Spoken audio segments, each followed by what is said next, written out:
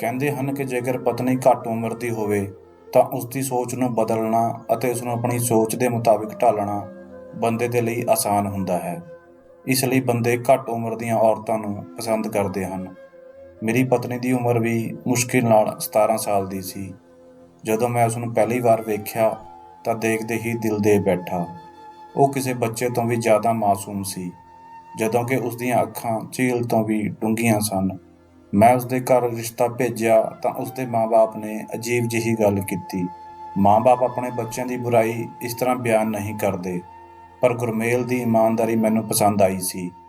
ਉਹਨਾਂ ਨੇ ਸਾਫ਼ ਕਹਿ ਦਿੱਤਾ, ਮੈਂ ਤੁਹਾਨੂੰ ਸੁੱਖੀ ਦਾ ਰਿਸ਼ਤਾ ਦੇਣ ਤੋਂ ਇਨਕਾਰ ਤਾਂ ਨਹੀਂ ਕਰਦਾ, ਪਰ ਮੇਰੀ ਬੇਟੀ ਨੂੰ ਸਜਣ-ਧਜਣ ਦੀ ਆਦਤ ਨਹੀਂ ਹੈ।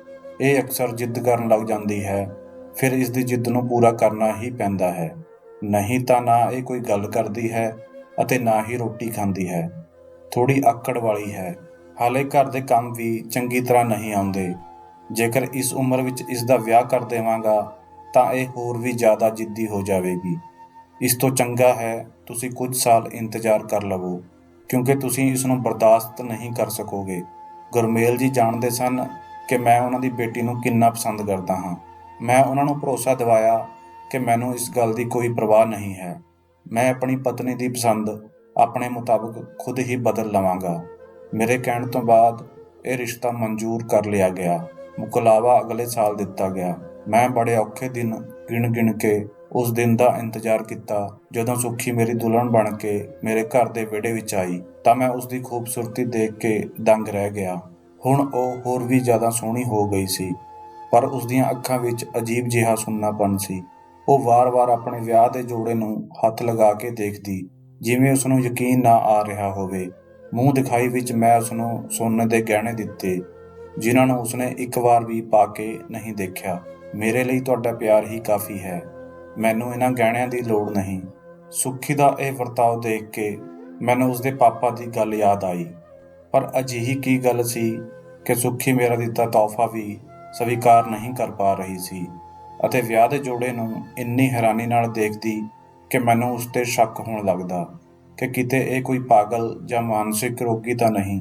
ਬੜੀ ਮੁਸ਼ਕਿਲ ਨਾਲ ਇਸਨੇ ਕੁਝ ਘੰਟੇ ਉਸ ਜੋੜੇ ਵਿੱਚ ਗੁਜ਼ਾਰੇ ਅਤੇ ਫਿਰ ਉੱਠ ਕੇ ਸਾਦੇ ਕੱਪੜੇ ਪਾ ਲਏ। ਆਪਣਾ ਮੇਕਅਪ ਉਤਾਰ ਦਿੱਤਾ ਅਤੇ ਹੱਥ ਮੂੰਹ ਧੋ ਕੇ ਘਰ ਵਿੱਚ ਬਣੇ ਮੰਦਿਰ ਵਿੱਚ ਸਥਿਤ ਸ਼ਿਵ ਜੀ ਦੇ ਸਾਹਮਣੇ ਖੜੀ ਹੋ ਗਈ। ਮੈਂ ਉਸ ਨੂੰ ਹੈਰਾਨੀ ਨਾਲ ਦੇਖਣ ਲੱਗਿਆ। ਜਾਂ ਤਾਂ ਇਹ ਕੁੜੀ ਬਹੁਤ ਗੁਣੀ ਹੈ ਜਾਂ ਮੇਰੇ ਸਾਹਮਣੇ ਗੁਣੀ ਹੋਣ ਦਾ ਡਰਾਮਾ ਕਰ ਰਹੀ ਹੈ, ਮੈਂ ਦਿਲ ਵਿੱਚ ਸੋਚਿਆ ਅਤੇ ਕਮਰੇ ਵਿੱਚੋਂ ਨਿਕਲ ਗਿਆ। ਮੇਰਾ ਮੂਡ ਖਰਾਬ ਹੋ ਚੁੱਕਿਆ ਸੀ।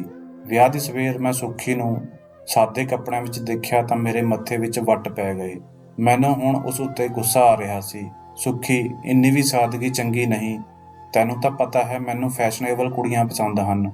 ਅੱਜ ਸ਼ਾਮ ਨੂੰ ਪਾਰਟੀ ਹੈ, ਤੈਨੂੰ ਇਸ ਤਰ੍ਹਾਂ ਨਹੀਂ ਕਰਨਾ ਚਾਹੀਦਾ। ਸੋਹਣਾ ਲੱਗਣਾ ਹਰ ਕਿਸੇ ਦਾ ਹੱਕ ਹੈ ਅਤੇ ਤੂੰ ਤਾਂ ਚੰਗੀ ਸ਼ਕਲ ਸੂਰਤ ਦੀ ਮਾਲਕ ਹੈ, ਕਿਉਂ ਆਪਣਾ ਹੁਲੀਆ ਵਿਗਾੜ ਰਹੀ ਹੈ। ਮੇਰੀ ਗੱਲ ਤੇ ਸੁੱਖੀ ਮੁਸਕਰਾ ਕੇ ਬੋਲੀ, ਮੈਂ ਤੁਹਾਡੀ ਹਰ ਗੱਲ ਮੰਨਾਂਗੀ ਅਮਨ, ਪਰ ਉਸ ਦੇ ਲਈ ਇੱਕ ਸ਼ਰਤ ਹੈ। ਹਫ਼ਤੇ ਵਿੱਚ ਇੱਕ ਵਾਰ ਤੁਹਾਨੂੰ ਮੇਰੀ ਗੱਲ ਮੰਨਣੀ ਹੋਵੇਗੀ, ਬਾਕੀ ਦਿਨ ਮੈਂ ਤੁਹਾਡੀ ਗੱਲ ਮੰਨਾਂਗੀ। ਠੀਕ ਹੈ, ਮੈਂ ਤੇਰੀ ਗੱਲ ਮੰਨ ਲਵਾਂਗਾ। ਫਿਲਹਾਲ ਤੂੰ ਤਿਆਰ ਹੋ ਜਾ, ਸਾਨੂੰ ਹੁਣੇ ਪਾਰਟੀ ਵਿੱਚ ਜਾਣਾ ਹੈ। ਮੈਂ ਸੁੱਖੀ ਨੂੰ ਕਿਹਾ ਤਾਂ ਉਹ ਆਪਣੇ ਵਾਲ ਠੀਕ ਕਰਨ ਲੱਗੀ, ਪਰ ਉਸਨੇ ਕੱਪੜੇ ਨਹੀਂ ਬਦਲੇ। ਉਹੀ ਸਾਦੇ ਕੱਪੜਿਆਂ ਵਿੱਚ ਮਹਿਮਾਨਾਂ ਦੇ ਸਾਹਮਣੇ ਆ ਗਈ। ਮੈਨੂੰ ਉਸਦਾ ਇਹ ਰਵੱਈਆ ਬਹੁਤ ਅਜੀਬ ਲੱਗ ਰਿਹਾ ਸੀ। ਥੋੜ੍ਹੀ ਦੇਰ ਬਾਅਦ ਜਦੋਂ ਮੈਂ ਆਪਣੇ ਕਮਰੇ ਵਿੱਚ ਆਇਆ ਤਾਂ ਸੁੱਖੀ ਨਾਲ ਸਖਤੀ ਨਾਲ ਪੇਸ਼ ਆਇਆ। ਦੇਖ ਸੁੱਖੀ, ਮੈਨੂੰ ਮੇਰੀ ਮਰਜ਼ੀ ਨਾਲ ਚੱਲਣ ਵਾਲੀ ਔਰਤਾਂ ਪਸੰਦ ਹੈ। ਜੇਕਰ ਤੂੰ ਅਜਿਹਾ ਕਰ ਸਕਦੀ ਹੈ ਤਾਂ ਕਰ, ਨਹੀਂ ਤਾਂ ਕੀ? ਸੁੱਖੀ ਨੇ ਹੈਰਾਨੀ ਨਾਲ ਪੁੱਛਿਆ। ਨਹੀਂ ਤਾਂ ਫਿਰ ਵੀ ਤੈਨੂੰ ਮੇਰੀ ਹੀ ਮੰਨਣੀ ਪਏਗੀ। ਆਪਣੀ ਜ਼ਿੰਦਗੀ ਨੂੰ ਨਰਕ ਬਣਾਉਣ ਦਾ ਕੋਈ ਫਾਇਦਾ ਨਹੀਂ। ਪਰਿਵਾਰ ਵਾਲੇ ਕੀ ਸੋਚਣਗੇ ਕਿ ਮੇਰੀ ਪਤਨੀ ਨੂੰ ਕੱਪੜੇ ਪਾਉਣ ਦਾ ਢੰਗ ਵੀ ਨਹੀਂ ਆਉਂਦਾ। ਤੁਹਾਨੂੰ ਪਰਿਵਾਰ ਵਾਲਿਆਂ ਦੀ ਫਿਕਰ ਹੈ। ਮੈਂ ਤੁਹਾਨੂੰ ਕਿਹਾ ਤਾਂ ਸੀ, ਤੁਸੀਂ ਮੇਰੀ ਇੱਕ ਸ਼ਰਤ ਮੰਨ ਲਵੋ, ਮੈਂ ਤੁਹਾਡੀ ਹਰ ਗੱਲ ਮੰਨਾਂਗੀ। ਬੋਲ, ਕੀ ਸ਼ਰਤ ਹੈ ਤੇਰੀ? ਮੈਂ ਤੰਗ ਆ ਕੇ ਕਿਹਾ। ਸ਼ਰਤ ਇਹ ਹੈ ਕਿ ਹਰ ਐਤਵਾਰ ਦੀ ਸਵੇਰ ਤੁਸੀਂ ਮੈਨੂੰ ਮੇਰੇ ਪੇਕਿਆਂ ਦੇ ਨੇੜੇ ਸਥਿਤ ਸ਼ਿਵ ਜੀ ਦੇ ਮੰਦਿਰ ਲੈ ਕੇ ਜਾਇਆ ਕਰੋਗੇ। ਇਸ ਮੰਦਿਰ ਵਿੱਚ ਮੈਂ ਆਉਂਦੀ ਜਾਂਦੀ ਰਹਿੰਦੀ ਸੀ। ਉੱਥੇ ਜਾ ਕੇ ਮੈਨੂੰ ਬਹੁਤ ਸਕੂਨ ਮਿਲਦਾ ਹੈ। ਤੁਸੀਂ ਚਾਹੇ ਮੈਨੂੰ ਮੇਰੇ ਪੇਕੇ ਨਾ ਲੈ ਕੇ ਜਾਓ, ਪਰ ਮੈਨੂੰ ਉੱਥੇ ਜ਼ਰੂਰ ਲੈ ਜਾਓ ਜਿੱਥੇ ਮੈਂ ਆਪਣੀ ਜ਼ਿੰਦਗੀ ਦੇ ਕਈ ਦਿਨ ਅਤੇ ਰਾਤਾਂ ਰੋਂਦੇ ਹੋਏ ਗੁਜ਼ਾਰੀਆਂ ਹਨ। ਮੈਨੂੰ ਉਸ ਥਾਂ ਨਾਲ ਪਿਆਰ ਹੈ, ਮੈਂ ਉੱਥੇ ਜਾਣਾ ਚਾਹੁੰਦੀ ਹਾਂ। ਉਸ ਦੀਆਂ ਗੱਲਾਂ ਸੁਣ ਕੇ ਮੈਨੂੰ ਅਜੀਬ ਜਿਹਾ ਲੱਗਿਆ। ਮੈਂ ਉਸਨੂੰ ਇੰਨੀ ਦੂਰ ਮੰਦਿਰ ਵਿੱਚ ਨਹੀਂ ਲਿਜਾਣਾ ਚਾਹੁੰਦਾ ਸੀ, ਪਰ 2-3 ਦਿਨਾਂ ਵਿੱਚ ਉਸਨੇ ਮੇਰੀ ਗੱਲ ਨਾ ਮੰਨ ਕੇ ਸਾਬਿਤ ਕਰ ਦਿੱਤਾ ਸੀ ਕਿ ਉਹ ਆਪਣੀ ਸ਼ਰਤ ਮੰਨਵਾਏ ਬਿਨਾਂ ਮੇਰੀ ਕੋਈ ਗੱਲ ਨਹੀਂ ਮੰਨੇਗੀ। ਆਖਿਰ ਮੈਂ ਉਸਦੀ ਸ਼ਰਤ ਮੰਨ ਲਈ ਅਤੇ ਕਿਹਾ, ਐਤਵਾਰ ਆਉਣ ਤੱਕ ਜਿੰਨੇ ਦਿਨ ਬਾਕੀ ਹਨ, ਉਨੇ ਦਿਨ ਤੂੰ ਆਪਣੇ ਆਪ ਨੂੰ ਸਜਾ ਸਵਾਰ ਕੇ ਰੱਖ। ਮਹਿਮਾਨਾਂ ਨਾਲ ਚੰਗੀ ਤਰ੍ਹਾਂ ਪੇਸ਼ ਆ। ਮੈਂ ਤੇਰੇ ਲਈ ਜੋ ਹੋ ਸਕੇਗਾ ਕਰਾਂਗਾ। ਤੈਨੂੰ ਮੰਦਿਰ ਵਿੱਚ ਲੈ ਕੇ ਜਾਵਾਂਗਾ। ਜਿੱਥੇ ਕਹੇਂਗੇ ਤੇਰੇ ਨਾਲ ਚੱਲਾਂਗਾ। ਸੁੱਖੀ ਮੇਰੀ ਗੱਲ ਸੁਣ ਕੇ ਖੁਸ਼ ਹੋ ਗਈ ਅਤੇ ਫਿਰ ਐਤਵਾਰ ਆਉਂਦੇ ਹੋਏ ਦੇਰ ਨਹੀਂ ਲੱਗੀ। ਉਸਨੇ ਆਪਣਾ ਵਾਅਦਾ ਪੂਰਾ ਕੀਤਾ ਸੀ। ਮਹਿਮਾਨਾਂ ਨਾਲ ਚੰਗੇ ਢੰਗ ਨਾਲ ਮਿਲੀ, ਚੰਗੇ ਕੱਪੜੇ ਵੀ ਪਾ ਲਏ। ਹੁਣ ਗੱਲ ਮੰਦਿਰ ਵਿੱਚ ਜਾਣ ਦੀ ਸੀ। ਜਿਵੇਂ ਹੀ ਸ਼ਨੀਵਾਰ ਦੀ ਰਾਤ ਆਈ ਤਾਂ ਸੁੱਖੀ ਨੇ ਮੈਨੂੰ ਕਿਹਾ ਕਿ ਆਪਾਂ ਸਵੇਰੇ 3 ਵਜੇ ਇੱਥੋਂ ਨਿਕਲਾਂਗੇ, ਪਰ ਮੈਂ ਬਹੁਤ ਥੱਕਿਆ ਹੋਇਆ ਸੀ। ਬਹੁਤ ਸਮਝਾਉਣ 'ਤੇ ਵੀ ਉਹ ਨਾ ਮੰਨੀ। ਮੈਂ ਉਸਨੂੰ ਕਿਹਾ ਕਿ ਮੈਂ ਤੈਨੂੰ ਸਵੇਰੇ ਨੇੜੇ ਦੇ ਮੰਦਿਰ ਵਿੱਚ ਹੀ ਲੈ ਜਾਵਾਂਗਾ। ਉਹ ਵੀ ਸ਼ਿਵਜੀ ਦਾ ਬਹੁਤ ਮੰਨਿਆ ਪ੍ਰਮੰਨਿਆ ਮੰਦਿਰ ਹੈ, ਪਰ ਉਸਨੇ ਜਿੱਦ ਫੜ ਲਈ ਕਿ ਉਹ ਜਾਏਗੀ ਤਾਂ ਬਸ ਉੱਥੇ ਹੀ ਜਾਏਗੀ। ਮੈਂ ਕਿਹਾ, ਠੀਕ ਹੈ, ਤੂੰ ਤਿਆਰ ਰਹੀਂ। ਥੋੜ੍ਹੀ ਦੇਰ ਹੀ ਸੋਏ ਸੀ ਕਿ ਸਵੇਰੇ ਦੇ 2:30 ਵੱਜ ਗਏ ਅਤੇ ਮੈਂ ਉੱਠ ਕੇ ਬਾਥਰੂਮ ਵਿੱਚ ਫਰੈਸ਼ ਹੋਣ ਲਈ ਚਲਾ ਗਿਆ। ਪਰ ਜਿਵੇਂ ਹੀ ਬਾਥਰੂਮ ਵਿੱਚੋਂ ਨਿਕਲਿਆ ਤਾਂ ਸੁੱਖੀ ਦੁਲਹਨ ਬਣੀ ਸ਼ੀਸ਼ੇ ਦੇ ਸਾਹਮਣੇ ਖੜੀ ਸੀ। ਉਹ ਬਹੁਤ ਸੋਹਣੀ ਲੱਗ ਰਹੀ ਸੀ। ਉਸਨੇ ਚਿਹਰੇ 'ਤੇ ਕੋਈ ਮੇਕਅਪ ਨਹੀਂ ਕੀਤਾ ਹੋਇਆ ਸੀ। ਅਜਿਹਾ ਲੱਗ ਰਿਹਾ ਸੀ ਜਿਵੇਂ ਅੱਜ ਹੀ ਉਸਦਾ ਵਿਆਹ ਹੋਇਆ ਹੈ। ਸੁੱਖੀ, ਤੂੰ ਇਹ ਵਿਆਹ ਦਾ ਜੋੜਾ ਕਿਉਂ ਪਾਇਆ ਹੈ? ਮੈਂ ਹੈਰਾਨੀ ਨਾਲ ਉਸਨੂੰ ਦੇਖਦੇ ਹੋਏ ਪੁੱਛਿਆ। ਤੁਸੀਂ ਤਾਂ ਕਿਹਾ ਸੀ ਤੁਸੀਂ ਮੇਰੀ ਹਰ ਸ਼ਰਤ ਮੰਨੋਗੇ, ਉਹ ਵੀ ਬਿਨਾਂ ਕੋਈ ਸਵਾਲ ਜਵਾਬ ਕੀਤੇ। ਉਸਨੇ ਮੈਨੂੰ ਮੇਰਾ ਵਾਅਦਾ ਯਾਦ ਕਰਵਾਇਆ। ਪਰ ਮੈਂ ਤੈਨੂੰ ਇਹ ਤਾਂ ਨਹੀਂ ਕਿਹਾ ਸੀ ਕਿ ਤੂੰ ਸਾਡੇ ਵਿਆਹ ਦਾ ਜੋੜਾ ਪਾ ਕੇ ਕਿਤੇ ਜਾਵੇਂ ਅਤੇ ਮੈਂ ਤੈਨੂੰ ਸਵਾਲ ਵੀ ਨਾ ਕਰਾਂ। ਮੈਂ ਹੋਰ ਕਿਤੇ ਨਹੀਂ ਜਾ ਰਹੀ ਹਾਂ, ਸਿਰਫ ਆਪਣੇ ਘਰ ਦੇ ਨੇੜੇ ਵਾਲੇ ਮੰਦਿਰ ਵਿੱਚ ਹੀ ਤਾਂ ਜਾ ਰਹੀ ਹਾਂ। ਮੈਨੂੰ ਉੱਥੇ ਕੁਝ ਜ਼ਰੂਰੀ ਕੰਮ ਹੈ। ਅਜਿਹੀ ਕੋਈ ਗੱਲ ਨਹੀਂ ਹੈ ਜਿਸ ਕਰਕੇ ਤੁਹਾਨੂੰ ਪਰੇਸ਼ਾਨੀ ਹੋਵੇ। ਵਿਆਹ ਦਾ ਜੋੜਾ ਮੇਰੇ ਦਿਲ ਦੇ ਬਹੁਤ ਕਰੀਬ ਹੈ, ਬਸ ਇਸ ਲਈ ਪਾਇਆ ਹੈ। ਮੈਂ ਹੋਰ ਕੋਈ ਸਵਾਲ ਨਹੀਂ ਕੀਤਾ ਅਤੇ ਥੋੜ੍ਹੀ ਹੀ ਦੇਰ ਵਿੱਚ ਅਸੀਂ ਗੱਡੀ ਵਿੱਚ ਬੈਠੇ ਅਤੇ ਚਲੇ ਗਏ। ਮੇਰੀ ਪਤਨੀ ਬਹੁਤ ਸੋਹਣੀ ਲੱਗ ਰਹੀ ਸੀ, ਪਰ ਮੈਨੂੰ ਸਮਝ ਨਹੀਂ ਆ ਰਿਹਾ ਸੀ ਕਿ ਉਹ ਘਰ ਵਿੱਚ ਮੇਰੇ ਲਈ ਤਿਆਰ ਨਹੀਂ ਹੁੰਦੀ ਅਤੇ ਮੰਦਿਰ ਵਿੱਚ ਦੁਲਹਨ ਦੀ ਤਰ੍ਹਾਂ ਤਿਆਰ ਹੋ ਕੇ ਕਿਉਂ ਜਾ ਰਹੀ ਹੈ। ਰਸਤੇ ਵਿੱਚ ਅਸੀਂ ਕੋਈ ਗੱਲ ਨਹੀਂ ਕੀਤੀ। ਜਦੋਂ ਮੰਦਿਰ ਕੋਲ ਪਹੁੰਚੇ ਤਾਂ ਮੇਰੀ ਪਤਨੀ ਕਹਿਣ ਲੱਗੀ, ਤੁਸੀਂ ਇੱਥੇ ਹੀ ਰੁਕੋ, ਗੱਡੀ ਵਿੱਚ ਮੇਰਾ ਇੰਤਜ਼ਾਰ ਕਰੋ, ਮੈਂ ਬਸ ਥੋੜ੍ਹੀ ਹੀ ਦੇਰ ਵਿੱਚ ਆਉਂਦੀ ਹਾਂ। ਇਹ ਕਹਿ ਕੇ ਉਹ ਮੰਦਿਰ ਦੇ ਅੰਦਰ ਚਲੀ ਗਈ। ਸੁੱਖੀ ਨੂੰ ਦੇਖ ਕੇ ਇੱਕ ਆਦਮੀ ਉਸ ਵੱਲ ਆਇਆ ਅਤੇ ਉਹ ਦੋਨੋਂ ਇਕੱਠੇ ਮੰਦਿਰ ਦੇ ਅੰਦਰ ਵਾਲੇ ਕਮਰੇ ਵਿੱਚ ਚਲੇ ਗਏ। ਮੈਂ ਹੈਰਾਨ ਪਰੇਸ਼ਾਨ ਇਹ ਸਭ ਕੁਝ ਦੇਖਦਾ ਰਿਹਾ, ਪਰ ਫਿਰ ਵੀ ਮੈਂ ਉੱਥੇ ਹੀ ਖੜਾ ਸੁੱਖੀ ਦਾ ਇੰਤਜ਼ਾਰ ਕਰਨ ਲੱਗਿਆ।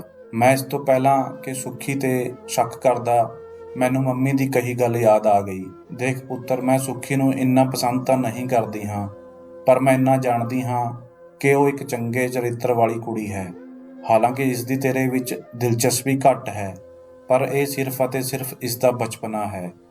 ਮੈਂ ਮੰਮੀ ਦੀਆਂ ਗੱਲਾਂ ਨਾਲ ਸੰਤੁਸ਼ਟ ਹੋ ਗਿਆ ਸੀ। ਮੇਰੀ ਪਤਨੀ ਤਕਰੀਬਨ 2-3 ਘੰਟੇ ਮੰਦਿਰ ਦੇ ਅੰਦਰ ਹੀ ਮੌਜੂਦ ਰਹੀ। ਅੱਜ ਮੰਦਿਰ ਵਿੱਚ ਰੋਜ਼ ਨਾਲੋਂ ਜ਼ਿਆਦਾ ਭੀੜ ਸੀ, ਇਸ ਲਈ ਮੈਂ ਅੰਦਰ ਨਹੀਂ ਜਾ ਸਕਿਆ। ਤਕਰੀਬਨ 2-3 ਘੰਟੇ ਗੁਜ਼ਰਨ ਤੋਂ ਬਾਅਦ ਮੰਦਿਰ ਦੇ ਉਸੇ ਦਰਵਾਜ਼ੇ ਤੋਂ ਉਹ ਮੈਨੂੰ ਬਾਹਰ ਆਉਂਦੀ ਦਿਖੀ। ਮੈਂ ਹੈਰਾਨੀ ਨਾਲ ਉਸ ਵੱਲ ਵੇਖਿਆ। ਉਸਦੇ ਕੱਪੜਿਆਂ ਨੂੰ ਦੇਖ ਕੇ ਮੈਂ ਹੈਰਾਨ ਰਹਿ ਗਿਆ, ਕਿਉਂਕਿ ਹੁਣ ਉਸਨੇ ਸਾਡੇ ਵਿਆਹ ਵਾਲੇ ਜੋੜੇ ਦੀ ਥਾਂ ਸਫੇਦ ਰੰਗ ਦੇ ਕੱਪੜੇ ਪਾਏ ਹੋਏ ਸਨ। ਸੁੱਖੀ, ਤੂੰ ਆਪਣੇ ਵਿਆਹ ਦਾ ਜੋੜਾ ਕਿੱਥੇ ਛੱਡ ਆਈ ਹੈ? ਉਹ ਗੱਡੀ ਕੋਲ ਆਈ ਤਾਂ ਮੈਂ ਉਸਨੂੰ ਗੱਡੀ ਵਿੱਚ ਬੈਠਦੇ ਹੀ ਸਵਾਲ ਕੀਤਾ। ਵਿਆਹ ਦਾ ਜੋੜਾ ਮੈਂ ਕਿਸੇ ਨੂੰ ਦੇ ਦਿੱਤਾ ਹੈ, ਰੱਬ ਸਾਨੂੰ ਹੋਰ ਦੇਵੇਗਾ।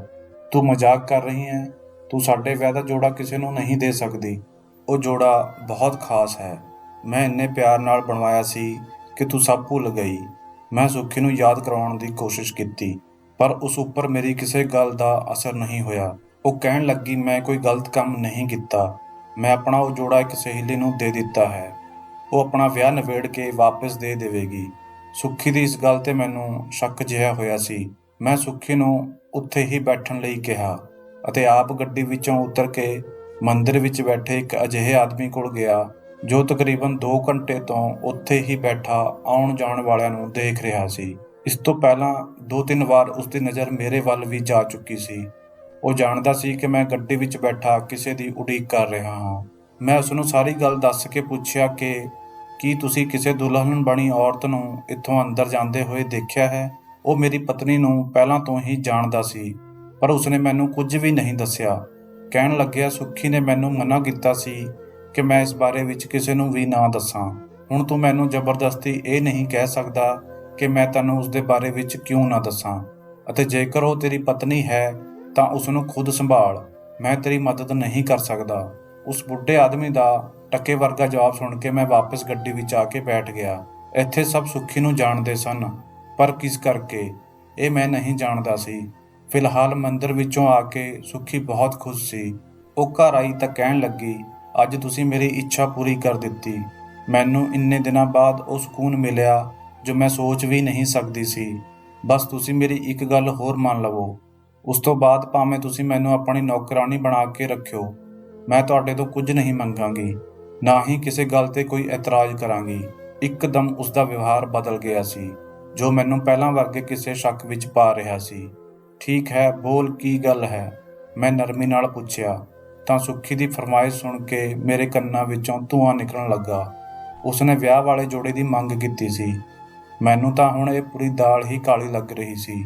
ਦਾਲ ਵਿੱਚ ਕਾਲਾ ਤਾਂ ਬਹੁਤ ਛੋਟੀ ਗੱਲ ਹੈ। ਮੈਂ ਸੋਚ ਲਿਆ ਕਿ ਮੈਂ ਆਪਣੀ ਪਤਨੀ ਦਾ ਪਿੱਛਾ ਕਰਾਂਗਾ। ਪੂਰੀ ਛਾਣਬੀਣ ਤੋਂ ਬਾਅਦ ਹੀ ਉਸ 'ਤੇ ਕਿਸੇ ਸ਼ੱਕ ਦੀ ਗੱਲ ਹੋਵੇਗੀ। ਮੈਨੂੰ ਬਿਨਾਂ ਕੁਝ ਪਤਾ ਕੀਤੇ ਕੋਈ ਗੱਲ ਨਹੀਂ ਕਰਨੀ ਚਾਹੀਦੀ। ਅਗਲੇ ਦਿਨ ਮੈਂ ਉਸਨੂੰ ਉਹ ਜੋੜਾ ਦਿਵਾ ਦਿੱਤਾ ਜਿਸ ਦੀ ਉਸਨੇ ਜਿੱਦ ਕੀਤੀ ਸੀ। ਦੁਲਹਨ ਬਣ ਕੇ ਉਹ ਬਹੁਤ ਸੋਹਣੀ ਲੱਗ ਰਹੀ ਸੀ, ਪਰ ਇਸ ਵਾਰ ਉਸਨੇ ਉਹ ਜੋੜਾ ਪਾਇਆ ਨਹੀਂ ਸੀ, ਬਲਕਿ ਉਤਾਰ ਕੇ ਇੱਕ ਬੈਗ ਵਿੱਚ ਰੱਖ ਦਿੱਤਾ ਅਤੇ ਮੈਨੂੰ ਕਹਿਣ ਲੱਗੀ, ਚਲੋ ਚੱਲੀਏ, ਬਹੁਤ ਦੇਰ ਹੋ ਗਈ ਹੈ। ਮੈਂ ਸੁੱਖੀ ਨੂੰ ਲੈ ਕੇ ਮੰਦਰ ਵਿੱਚ ਤਾਂ ਚਲਾ ਗਿਆ, ਪਰ ਇਸ ਵਾਰ ਮੈਂ ਸੋਚ ਲਿਆ ਸੀ ਕਿ ਉਸ ਬੰਦੇ ਨੂੰ ਲੱਭ ਕੇ ਹੀ ਰਹਾਂਗਾ ਜਿਸ ਨੂੰ ਸੁੱਖੀ ਮਿਲਣ, ਗੱਲਾਂ ਕਰਨ ਜਾਂ ਫਿਰ ਇਹ ਜੋੜਾ ਦਿਖਾਉਣ ਆਉਂਦੀ ਹੈ, ਕਿਉਂਕਿ ਕੋਈ ਤਾਂ ਸੀ ਜੋ ਉਸਦੀ ਜ਼ਿੰਦਗੀ ਵਿੱਚ ਸੀ, ਨਹੀਂ ਤਾਂ ਸੁੱਖੀ ਆਪਣੇ ਪਤੀ ਨੂੰ ਨਜ਼ਰਅੰਦਾਜ਼ ਕਰਕੇ ਵਿਆਹ ਵਾਲਾ ਜੋੜਾ ਪਾ ਕੇ ਮੰਦਰ ਵਿੱਚ ਕਿਉਂ ਆਉਂਦੀ। ਅੱਜ ਵੀ ਉਸਨੇ ਇੱਕ ਬੈਗ ਵਿੱਚ ਵਿਆਹ ਵਾਲਾ ਜੋੜਾ ਪਾ ਕੇ ਰੱਖਿਆ ਹੋਇਆ ਸੀ ਜਿਸ ਨੂੰ ਉਹ ਆਪਣੇ ਨਾਲ ਲੈ ਕੇ ਆਈ ਸੀ। ਇਸ ਦਾ ਮਤਲਬ ਅੰਦਰ ਜਾ ਕੇ ਉਸਨੂੰ ਇਹ ਜੋੜਾ ਪਾਉਣਾ ਹੈ। ਜਦੋਂ ਸੁੱਖੀ ਗੱਡੀ ਵਿੱਚੋਂ ਉਤਰ ਕੇ ਮੰਦਿਰ ਵੱਲ ਵਧੀ ਤਾਂ ਮੈਂ ਵੀ ਉਸਦੇ ਪਿੱਛੇ ਪਿੱਛੇ ਹੋ ਲਿਆ। ਅੱਜ ਮੈਂ ਉਸਦਾ ਰਾਜ ਜਾਣ ਕੇ ਹੀ ਰਹਾਂਗਾ, ਮੈਂ ਸੋਚਿਆ, ਅਤੇ ਸੁੱਖੀ ਦੇ ਅੰਦਰ ਜਾਂਦੇ ਹੀ ਉਸ ਦਰਵਾਜ਼ੇ ਦੇ ਨੇੜੇ ਜਾ ਕੇ ਖੜਾ ਹੋ ਗਿਆ ਜਿੱਥੋਂ ਸੁੱਖੀ ਅੰਦਰ ਗਈ ਸੀ। ਉੱਥੇ ਦੋ ਅਜੀਬੋ-ਗਰੀਬ ਕਿਸਮ ਦੇ ਆਦਮੀ ਖੜੇ ਸਨ। ਮੰਦਰ ਦਾ ਇਹ ਹਿੱਸਾ ਬਿਲਕੁਲ ਸੁੰਨਾ ਸੀ। ਇੱਥੇ ਲੋਕ ਵੀ ਨਹੀਂ ਸਨ ਅਤੇ ਜਗ੍ਹਾ ਵੀ ਵਧੀਆ ਨਹੀਂ ਸੀ। ਮੈਂ ਉਸ ਦਰਵਾਜ਼ੇ ਤੋਂ ਅੰਦਰ ਜਾਣ ਲੱਗਿਆ ਤਾਂ ਇੱਕ ਆਦਮੀ ਨੇ ਮੈਨੂੰ ਰੋਕ ਲਿਆ। ਤੁਸੀਂ ਅੰਦਰ ਨਹੀਂ ਜਾ ਸਕਦੇ, ਇੱਥੇ ਸਿਰਫ ਮਨਜ਼ੂਰੀ ਲੈ ਕੇ ਹੀ ਅੰਦਰ ਜਾਇਆ ਜਾ ਸਕਦਾ ਹੈ, ਉਸ ਆਦਮੀ ਨੇ ਕਿਹਾ। ਤਾਂ ਮੈਂ ਉਸ ਨਾਲ ਲੜ ਪਿਆ। ਤੂੰ ਕੌਣ ਹੁੰਦਾ ਹੈ ਮੈਨੂੰ ਰੋਕਣ ਵਾਲਾ? ਮੇਰੀ ਪਤਨੀ ਅੰਦਰ ਗਈ ਹੈ, ਮੈਂ ਉਸਨੂੰ ਲੈਣ ਲਈ ਇੱਥੇ ਆਇਆ ਹਾਂ, ਤੂੰ ਮੈਨੂੰ ਰੋਕ ਨਹੀਂ ਸਕਦਾ। ਉਸਨੇ ਕਿਹਾ, ਇੱਥੇ ਕੋਈ ਵਿਆਹੁਤਾ ਔਰਤ ਨਹੀਂ ਆਉਂਦੀ, ਜੋ ਆਉਂਦੀਆਂ ਹਨ ਉਹ ਸਭ ਕੁਆਰੀ ਕੁੜੀਆਂ ਹੁੰਦੀਆਂ ਹਨ, ਅਤੇ ਜੇਕਰ ਤੁਹਾਨੂੰ ਹਲੇ ਵੀ ਯਕੀਨ ਨਹੀਂ ਹੈ ਤਾਂ ਬਾਹਰ ਹੀ ਇੰਤਜ਼ਾਰ ਕਰੋ ਅਤੇ ਜਦੋਂ ਉਹ ਆਉਣਗੀਆਂ ਤਾਂ ਮਿਲ ਲਿਓ। ਇਹ ਕੀ ਬਕਵਾਸ ਕਰ ਰਿਹਾ ਹੈ? ਮੈਂ ਉਸ ਆਦਮੀ ਦਾ ਕਾਲਰ ਫੜ ਲਿਆ। ਤੈਨੂੰ ਪਤਾ ਵੀ ਹੈ ਤੂੰ ਕਿਸ ਨਾਲ ਗੱਲ ਕਰ ਰਿਹਾ ਹੈ? ਮੈਂ ਇਸ ਸ਼ਹਿਰ ਦਾ ਮਸ਼ਹੂਰ ਬਿਜ਼ਨਸਮੈਨ ਹਾਂ। ਮੇਰੀ ਪਤਨੀ ਅੰਦਰ ਗਈ ਹੈ, ਹੁਣ ਤੂੰ ਇੱਥੋਂ ਹਟੇਂਗਾ ਜਾਂ ਤੇਰੀ ਹੱਡੀ ਪਸਲੀ ਤੋੜਾਂ? ਮੈਂ ਉਸਨੂੰ ਧਮਕੀ ਦੇਣ ਵਾਲੇ ਅੰਦਾਜ਼ ਵਿੱਚ ਕਿਹਾ। ਤਾਂ 2-3 ਲੋਕ ਹੋਰ ਵੀ ਆ ਗਏ। ਤੁਸੀਂ ਇਹ ਕੀ ਕਰ ਰਹੇ ਹੋ? ਤੁਸੀਂ ਤਾਂ ਚੰਗੇ ਘਰ ਦੇ ਭਲੇ ਆਦਮੀ ਲੱਗਦੇ ਹੋ। ਇੱਕ ਆਦਮੀ ਨੇ ਅੱਗੇ ਵੱਧ ਕੇ ਮੈਨੂੰ ਹਟਾਉਣ ਦੀ ਕੋਸ਼ਿਸ਼ ਕੀਤੀ। ਮੈਂ ਉਸਨੂੰ ਦੱਸਿਆ ਕਿ ਮੇਰੀ ਪਤਨੀ ਅੰਦਰ ਗਈ ਹੈ। ਉਹ ਕਹਿਣ ਲੱਗਿਆ, ਇੱਥੇ ਸਭ ਇਹੀ ਕਹਿੰਦੇ ਹਨ, ਪਰ ਅਸੀਂ ਬਿਨਾਂ ਇਜਾਜ਼ਤ ਦੇ ਤੁਹਾਨੂੰ ਅੰਦਰ ਨਹੀਂ ਜਾਣ ਦੇ ਸਕਦੇ, ਅਤੇ ਜੇਕਰ ਹਲੇ ਵੀ ਤੁਹਾਨੂੰ ਸਮਝ ਨਹੀਂ ਆਈ ਤਾਂ ਤੁਹਾਡੇ ਤੋਂ ਜੋ ਹੋ ਸਕਦਾ ਹੈ ਕਰ ਲਵੋ, ਪਰ ਅੰਦਰ ਜਾਣ ਦਾ ਤਾਂ ਸਵਾਲ ਹੀ ਪੈਦਾ ਨਹੀਂ ਹੁੰਦਾ। ਮੈਂ ਉਹਨਾਂ ਦੀ ਗੱਲ ਸੁਣ ਕੇ ਡਰ ਗਿਆ ਸੀ। ਉਹ ਗਿਣਤੀ ਵਿੱਚ ਜ਼ਿਆਦਾ ਸਨ, ਉਹਨਾਂ ਵਿੱਚ ਬਜ਼ੁਰਗ ਆਦਮੀ ਵੀ ਸਨ। ਮੈਂ ਕਿਸੇ ਨੂੰ ਕੁਝ ਵੀ ਨਹੀਂ ਕਹਿ ਸਕਦਾ ਸੀ। ਮੈਂ ਮਜਬੂਰਨ ਗੱਡੀ ਵਿੱਚ ਆ ਕੇ ਬੈਠ ਗਿਆ। 3 ਘੰਟੇ ਬਾਅਦ ਸੁੱਖੀ ਬਾਹਰ ਨਿਕਲੀ, ਉਸੇ ਤਰ੍ਹਾਂ ਸਾਦੇ ਕੱਪੜਿਆਂ ਵਿੱਚ। ਉਸਦੇ ਚਿਹਰੇ 'ਤੇ ਉਹੀ ਭੋਲਾਪਨ ਸੀ, ਪਰ ਇਸ ਵਾਰ ਮੈਂ ਉਸ 'ਤੇ ਯਕੀਨ ਕਰਨ ਵਾਲਾ ਨਹੀਂ ਸੀ।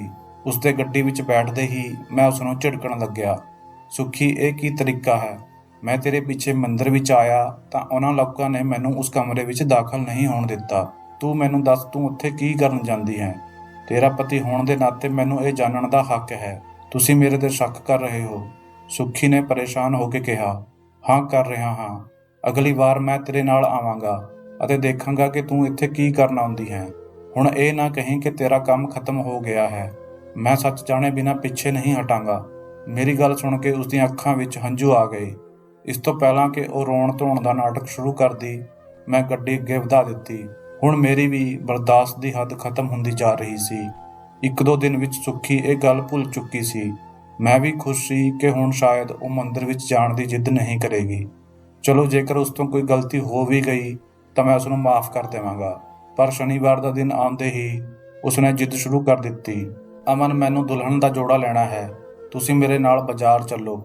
ਇਸ ਵਾਰ ਮੇਰਾ ਵਰਤਾਓ ਨਰਮ ਸੀ, ਕਿਉਂਕਿ ਸੁੱਖੀ ਮੇਰੇ ਨਾਲ ਚੱਲਣ ਲਈ ਰਾਜ਼ੀ ਸੀ। ਉਸਨੂੰ ਕੋਈ ਇਤਰਾਜ਼ ਨਹੀਂ ਸੀ ਕਿ ਮੈਂ ਉਸਦੇ ਨਾਲ ਚੱਲਾਂ। ਥੋੜ੍ਹੀ ਦੇਰ ਬਾਅਦ ਬਾਜ਼ਾਰ ਪਹੁੰਚ ਕੇ ਅਸੀਂ ਇੱਕ ਸੋਹਣਾ ਜਿਹਾ ਜੋੜਾ ਪਸੰਦ ਕੀਤਾ ਅਤੇ ਮੰਦਿਰ ਵੱਲ ਚੱਲ ਪਏ। ਸੁੱਖੀ ਇਹ ਜੋੜਾ ਲੈ ਕੇ ਬਹੁਤ ਖੁਸ਼ ਸੀ, ਪਰ ਉਸਦੇ ਚਿਹਰੇ 'ਤੇ ਪਰੇਸ਼ਾਨੀ ਵੀ ਸੀ। ਦੇਖੋ ਅਮਨ, ਉੱਥੇ ਕਿਸੇ ਬੰਦੇ ਨੂੰ ਜਾਣ ਦੀ ਇਜਾਜ਼ਤ ਨਹੀਂ ਹੈ। ਮੈਂ ਤੁਹਾਨੂੰ ਨਾਲ ਤਾਂ ਲੈ ਕੇ ਜਾ ਰਹੀ ਹਾਂ, ਪਰ ਬੇਨਤੀ ਕਰਦੀ ਹਾਂ ਤੁਸੀਂ ਆਪਣੀ ਨਜ਼ਰ ਨੀਚੇ ਹੀ ਰੱਖਿਓ। ਮੈਂ ਉੱਥੇ ਸਭ ਨੂੰ ਦੱਸ ਦੇਵਾਂਗੀ ਕਿ ਤੁਸੀਂ ਮੇਰੇ ਪਤੀ ਹੋ, ਪਰ ਤੁਸੀਂ ਮੇਰਾ ਮਾਣ ਵੀ ਜ਼ਰੂਰ ਕਾਇਮ ਰੱਖਿਓ। ਸੁੱਖੀ ਦੀ ਗੱਲ ਸੁਣ ਕੇ ਮੈਂ ਸੰਤੁਸ਼ਟ ਹੋ ਗਿਆ। ਲੱਗਦਾ ਹੈ ਮੇਰਾ ਸ਼ੱਕ ਗਲਤ ਸਾਬਿਤ ਹੋ ਜਾਵੇਗਾ। ਮੰਦਿਰ ਪਹੁੰਚ ਕੇ ਸੁੱਖੀ ਮੈਨੂੰ ਲੈ ਕੇ ਉਸੇ ਦਰਵਾਜ਼ੇ ਤੋਂ ਦਾਖਲ ਹੋਣ ਲੱਗੀ। ਉਸਨੇ ਉਹਨਾਂ ਲੋਕਾਂ ਨੂੰ ਦੱਸਿਆ ਕਿ ਮੈਂ ਉਸਦਾ ਪਤੀ ਹਾਂ। ਉਸ ਗਾਰਡ ਨੇ, ਜੋ ਪਹਿਲੀ ਵਾਰ ਮੇਰੇ ਨਾਲ ਬਦਤਮੀਜ਼ੀ ਕਰ ਰਿਹਾ ਸੀ, ਮੇਰੇ ਤੋਂ ਮਾਫ਼ੀ ਮੰਗੀ ਅਤੇ ਕਹਿਣ ਲੱਗਿਆ, ਮੈਂ ਜਾਣਦਾ ਨਹੀਂ ਸੀ ਕਿ ਤੁਸੀਂ ਸੁੱਖੀ ਜੀ ਦੇ ਪਤੀ ਹੋ। ਮੈਨੂੰ ਮਾਫ਼ ਕਰ ਦਿਓ। ਸੁੱਖੀ ਦੀ ਉਹਨਾਂ ਲੋਕਾਂ ਵਿੱਚ ਬਹੁਤ ਇੱਜ਼ਤ ਸੀ। ਮੰਦਿਰ ਵਿੱਚ ਤਕਰੀਬਨ ਹਰ ਕੋਈ ਹੀ ਉਸਨੂੰ ਜਾਣਦਾ ਸੀ। ਅਸੀਂ ਇੱਕ ਕਮਰੇ ਵਿੱਚ ਪਹੁੰਚੇ ਜਿੱਥੇ ਕੋਈ ਨਹੀਂ ਸੀ। ਸੁੱਖੀ ਨੇ ਪਰਮਾਤਮਾ ਨੂੰ ਬੇਨਤੀ ਕੀਤੀ ਅਤੇ ਧੰਨਵਾਦ ਕੀਤਾ। ਮੈਂ ਉਸਨੂੰ ਦੇਖ ਕੇ ਹੈਰਾਨ ਹੋ ਰਿਹਾ ਸੀ ਕਿ ਜੇਕਰ ਪ੍ਰਾਰਥਨਾ ਹੀ ਕਰਨੀ ਸੀ ਤਾਂ ਘਰ ਵਿੱਚ ਹੀ ਕਰ ਲੈਂਦੀ। ਇੱਥੇ ਆ ਕੇ ਇਹ ਸਭ ਕਰਨ ਦੀ ਕੀ ਜ਼ਰੂਰਤ ਹੈ। ਖੈਰ, ਉਸੇ ਦੌਰਾਨ ਉਹੀ ਆਦਮੀ ਜਿਸ ਨੂੰ ਪਿਛਲੀ ਵਾਰ ਮੈਂ ਸੁੱਖੀ ਦੇ ਬਾਰੇ ਪੁੱਛਿਆ ਸੀ, ਕਮਰੇ ਦਾ ਦਰਵਾਜ਼ਾ ਖਟਕਾਉਣ ਲੱਗਿਆ। ਸੁੱਖੀ ਜੀ, ਬਾਹਰ ਆ ਜਾਓ। ਮੈਨੂੰ ਸੁੱਖੀ ਦੀ ਗੱਲ 'ਤੇ ਬਹੁਤ ਗੁੱਸਾ ਆਇਆ। ਉਸਨੇ ਤਾਂ ਕਿਹਾ ਸੀ ਇੱਥੇ ਕੋਈ ਬੰਦਾ ਨਹੀਂ ਆਉਂਦਾ, ਪਰ ਇਹ ਆਦਮੀ ਤਾਂ ਬੜੇ ਖੁੱਲ੍ਹੇ ਅੰਦਾਜ਼ ਵਿੱਚ ਸੁੱਖੀ ਨਾਲ ਗੱਲ ਕਰ ਰਿਹਾ ਸੀ। ਇਸ ਤੋਂ ਪਹਿਲਾਂ ਮੈਂ ਕੁਝ ਕਹਿੰਦਾ, ਸੁੱਖੀ ਨੇ ਆਪਣੀ ਪ੍ਰਾਰਥਨਾ ਪੂਰੀ ਕੀਤੀ ਅਤੇ ਉਸ ਬੁੱਢੇ ਆਦਮੀ ਨੂੰ ਕਹਿਣ ਲੱਗੀ, ਤੁਸੀਂ ਜਾਓ, ਮੈਂ ਥੋੜ੍ਹੀ ਦੇਰ ਵਿੱਚ ਆਉਂਦੀ ਹਾਂ। ਸੁੱਖੀ ਨੇ ਆਪਣੇ ਨਾਲ ਲਿਆਂਦਾ ਵਿਆਹ ਵਾਲਾ ਜੋੜਾ ਖੋਲ੍ਹਿਆ ਅਤੇ ਮੈਨੂੰ ਨਾਲ ਲੈ ਕੇ ਦੂਜੇ ਕਮਰੇ ਵਿੱਚ ਆ ਗਈ। ਮੈਂ ਦੇਖਿਆ ਇੱਥੇ ਬਹੁਤ ਸਾਰੀਆਂ ਘੱਟ ਉਮਰ ਦੀਆਂ ਅਤੇ ਖੂਬਸੂਰਤ ਕੁੜੀਆਂ ਸਨ, ਜਦੋਂ ਕਿ ਉਹਨਾਂ ਵਿੱਚ 1-2 ਕੁੜੀਆਂ ਹੋਰ ਵੀ ਸਨ ਜਿਨ੍ਹਾਂ ਨੇ ਵਿਆਹ ਵਾਲਾ ਜੋੜਾ ਪਾਇਆ ਹੋਇਆ ਸੀ। ਮੈਨੂੰ ਦੇਖਦੇ ਹੀ ਸਭ ਨੇ ਆਪਣੇ ਸਿਰ 'ਤੇ ਚੁੰਨੀਆਂ ਲੈ ਲਈਆਂ। ਸੁੱਖੀ ਨੇ ਉਹਨਾਂ ਨੂੰ ਦੱਸਿਆ ਕਿ ਇਹ ਮੇਰੇ ਪਤੀ ਹਨ। ਕੁੜੀਆਂ ਨੇ ਮੈਨੂੰ ਇੱਜ਼ਤ ਨਾਲ ਨਮਸਤੇ ਬੁਲਾਈ ਅਤੇ ਕਹਿਣ ਲੱਗੀਆਂ, ਤੁਹਾਡੇ ਕਰਕੇ ਹੀ ਸਾਡੇ ਸਭ ਦੇ ਘਰਾਂ ਵਿੱਚ ਖੁਸ਼ੀਆਂ ਹਨ। ਰੱਬ ਤੁਹਾਡੀਆਂ ਖੁਸ਼ੀਆਂ ਨੂੰ ਸਲਾਮਤ ਰੱਖੇ। ਮੈਂ ਇਹ ਸਭ ਦੇਖ ਕੇ ਹੈਰਾਨ ਹੋ ਰਿਹਾ ਸੀ। ਥੋੜ੍ਹੀ ਹੀ ਦੇਰ ਵਿੱਚ ਇੱਕ ਆਦਮੀ ਆਇਆ ਜਿਸ ਨੇ ਕਿਹਾ, ਸਭ ਕੁੜੀਆਂ ਤਿਆਰ ਹਨ, ਪੰਡਿਤ ਜੀ ਆ ਰਹੇ ਹਨ। ਇੰਨੇ ਵਿੱਚ ਇੱਕ ਪੰਡਿਤ ਜੀ 3-4 ਲੋਕਾਂ ਨਾਲ ਕਮਰੇ ਵਿੱਚ ਦਾਖਲ ਹੋਏ। ਪੰਡਿਤ ਜੀ ਨੇ ਮੰਤਰਾਂ ਦਾ ਜਾਪ ਕਰਨਾ ਸ਼ੁਰੂ ਕੀਤਾ। ਵਾਰੀ-ਵਾਰੀ ਸਭ ਕੁੜੀਆਂ ਦੇ ਫੇਰੇ ਹੋ ਗਏ। ਫਿਰ ਸੁੱਖੀ ਨੇ ਉਹਨਾਂ ਸਭ ਕੁੜੀਆਂ ਦਾ ਮੂੰਹ ਮਿੱਠਾ ਕਰਵਾਇਆ। ਉਹ 3 ਮੁੰਡੇ ਜਿਨ੍ਹਾਂ ਦਾ ਵਿਆਹ ਹੋਇਆ ਸੀ, ਬਾਰ-ਬਾਰ ਸੁੱਖੀ ਦਾ ਧੰਨਵਾਦ ਕਰ ਰਹੇ ਸਨ। ਸੁੱਖੀ ਨੇ ਬੜੇ ਮਾਣ ਨਾਲ ਮੇਰੇ ਵੱਲ ਵੇਖਿਆ ਅਤੇ ਬੋਲੀ, ਇਹ ਸਭ ਤੁਹਾਡੇ ਕਰਕੇ ਹੋਇਆ ਹੈ। ਤੁਸੀਂ ਮੈਨੂੰ ਜਾਣਦੇ ਹੋ, ਮੈਂ ਸ਼ੁਰੂ ਤੋਂ ਹੀ ਧਰਮ ਕਰਮ ਦੇ ਕੰਮਾਂ ਵਿੱਚ ਰੁਚੀ ਰੱਖਦੀ ਹਾਂ।